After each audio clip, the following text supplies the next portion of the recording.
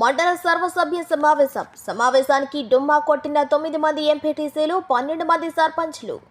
బొచ్చిరెడ్డిపాలెం మండల ప్రజా పరిషత్ కార్యాలయంలో ఎంపీడీఓ నారాయణ ఆధ్వర్యంలో ఎంపీపీ మన్నేపల్లి శ్రీనివాసుల అధ్యక్షతన సాధారణ సర్వసభ్య సమావేశం జరిగింది. ఈ సమావేశంలో పలువురు ప్రజాప్రతినిధులతో పాటు పలు శాఖల అధికారులు పాల్గొని సమీక్ష నిర్వహించారు. ప్రజాప్రతినిధులు అడిగిన ప్రశ్నలకు అధికారులు బదులిచ్చారు. జగనన్న కాలనీలో అసంపూర్తిగా ఉన్న ఇంటి నిర్మాణాన్ని పూర్తి చేసి మౌలిక వసతులు కల్పించాలని పెనుబల్లి ఎంపీటీసీ నారాయణ కోరారు. త్వరలో అన్ని సమస్యలు పరిష్కరిస్తామని ఆయనకు హామీ ఇచ్చారు. ఈ సందర్భంగా ఎంపీడీఓ నారాయణ రెడ్డి మాట్లాడుతూ గ్రామాల్లో జరిగే పనుల గురించి ప్రజాప్రతినిధులకు ఖచ్చితంగా సమాచారం ఇచ్చే విధంగా అధికారులకు ఆదేశిస్తామన్నారు. వర్షాకాలం నేపథ్యంలో అంటువ్యాధులు ప్రబలకుండా జాగ్రత్తలు తీసుకుంటున్నామన్నారు. పారిశుద్ధ్య కార్మికులు ఇంటింటికి వెళ్లి చెత్తను సేకరిస్తున్నారని తెలిపారు. పారిశుద్ధ్యంపై జిల్లా అధికారులు ఐవీఆర్ కాల్ ద్వారా నిఘా పెట్టి ఎప్పటికప్పుడు తమకు రిపోర్ట్ అందిస్తున్నారని తెలిపారు. రూరల్ పరిధిలో ఎటువంటి సమస్య ఉన్నా తమ దృష్టికి తీసుకురావాలని తక్షణమే పరిష్కరిస్తామని తెలిపారు. వీలైనంత వరకు మనకి ఎంత కోట ఉందో అంత తీసుకొచ్చి గోడౌన్లో పెడితే రైతులు కూడా ఎంత కావాలో అంత తీసుకెళ్తారు. మనం ఏం చేస్తున్నాం అంటే ఒక లోడ్ తీసుకొచ్చి అక్కడ పెడతా ఉన్నాం. అది 1 గంట లోపల ఖాళీ అయిపోతా ఉంది.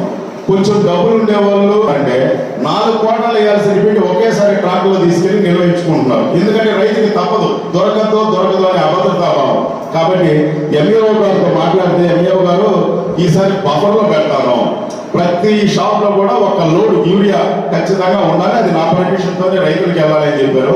నిజంగా మిమ్మల్ని అప్రిషియేషన్ చేస్తా ఉన్నాం సార్. ఈ సందర్భంగా బడ్జెట్ కార్యాలయం నందు మండల సర్వసభ సమావేశం మన మండల అధ్యక్షుల వారి అధ్యక్షత జరిగింది. దీనికి వివిధ శాఖల నుంచి అధికారులు కూడా అటెండ్ అయ్యారు. గౌరవ సర్పంచులు, గౌరవ ఎంపీటీసీలు కూడా వచ్చి కొన్ని విషయాలు కూడా అక్కడ రైజ్ చేశారు. ముఖ్యంగా గ్రామ పంచాయతీ జరిగే పనులు ఏదైనా కావచ్చు, వివిధ శాఖలకు సంబంధించి అక్కడ జరిగే ప్రతి పని కూడా ఆ సభ్యులకి, ఎంపీటీ సభ్యులు కావచ్చు, సర్పంచులకు అందరూ కూడా తెలియజేయమని చెప్పి కోరారు. ఇదైతే నా సైడ్ నుంచి ఖచ్చితంగా అన్ని శాఖల అధికారులకైతే ఖచ్చితంగా వాళ్ళకి ఆదేశాలు వెళ్తాయి. ఇక మీదట జరగకుండా ప్రతి ఒక్కరు కూడా వాళ్ళ శాఖకు సంబంధించి ఏ జరిగే ప్రతి పని కూడా వాళ్ళకి తెలియజేసే విధంగా తీసుకుంటాము.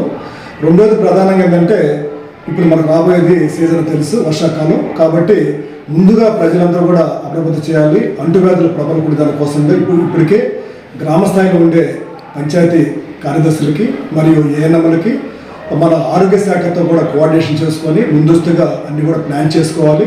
ఇప్పటికే రాష్ట్ర ప్రభుత్వం అయితే దాదాపు 6 మాసాల నుంచి ప్రత్యేకంగా దీని మీద రాష్ట్ర ప్రభుత్వం ప్రత్యేక దృష్టి పెట్టింది. ఎవరు కూడా మనకి ఈ ఆరోగ్యం మీద అశ్రద్ధ లేకుండా ఉండాలి అనే ఉద్దేశంతో పారిశుద్ధ్యం కార్మికులు కూడా ఇంటింటికి తిరిగి ఈ చెత్త సేకరణ కూడా చేయాలనే ఉద్దేశంతో దీని మీద ప్రత్యేక దృష్టి పెట్టి ఇప్పటికే జిల్లాధికారుల కాడి నుంచి కింద స్థాయిల వరకు వాళ్ళు పర్యవేక్షణ చేస్తున్నారు. మామూలుగా ఏదో ముఖబడిగా కాకుండా వీళ్ళు ఖచ్చితంగా వెళ్ళి నోట్ క్యాప్ ఫోటోస్ తోటి వాళ్ళ అటెండ్ అయ్యే టైంతో కూడా పెట్టాలని చెప్పి చెప్తున్నారు. ఇదే కాకుండా వాళ్ళకి అక్కడి నుంచి కూడా గ్యాదర్ చేస్తారు, ఐవీఆర్ కాల్స్ అని చెప్పేసి సర్ప్రైజ్గా కొంతమందికి ఫోన్ చేసి ఇది సక్రంగా మీ గ్రామంలో మీ ఇంటికి వచ్చి చెత్త సేకరణ జరుగుతుందా లేదా, అదేవిధంగా వారంలో 2 days చెత్త సేకరణ జరుగుతుంది చెప్పి దీని మీద ఐవీఆర్ కాల్స్ కూడా ఈ విధంగా శాంపిల్స్ తీసుకొని కూడా పాజిటివ్ రిజల్ట్ ఎంత ఉంది, నెగిటివ్ రిజల్ట్ ఎంత ఉందని కూడా వాళ్ళు ప్రతి నెల కూడా మనకి రిపోర్ట్ పంపిస్తున్నారు.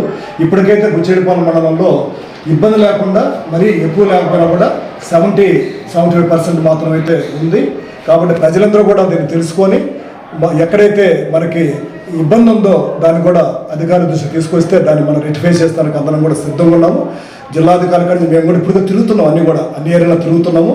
తర్వాత ముఖ్యంగా మనకి ఎక్కడైతే ట్రైన్స్ లేవు, ప్రజెంట్ కొన్ని ఏరియాలో ట్రైన్స్ ఉండవు, ఆ ఏరియాలో మనకి నెక్స్ట్ కొత్తగా ట్రైన్ నిర్మించేంత వరకు మనకి సోకిపిట్లుగా నిర్మించుకుంటే ఆ వచ్చే ఇంట్లోంచి వచ్చే వేస్ట్ వాటర్ అంతా కూడా రోడ్ల మీద రాకుండా, స్టాగ్నేషన్ కాకుండా ఆ వాటర్ దాంట్లో ఉండిపోతుంది.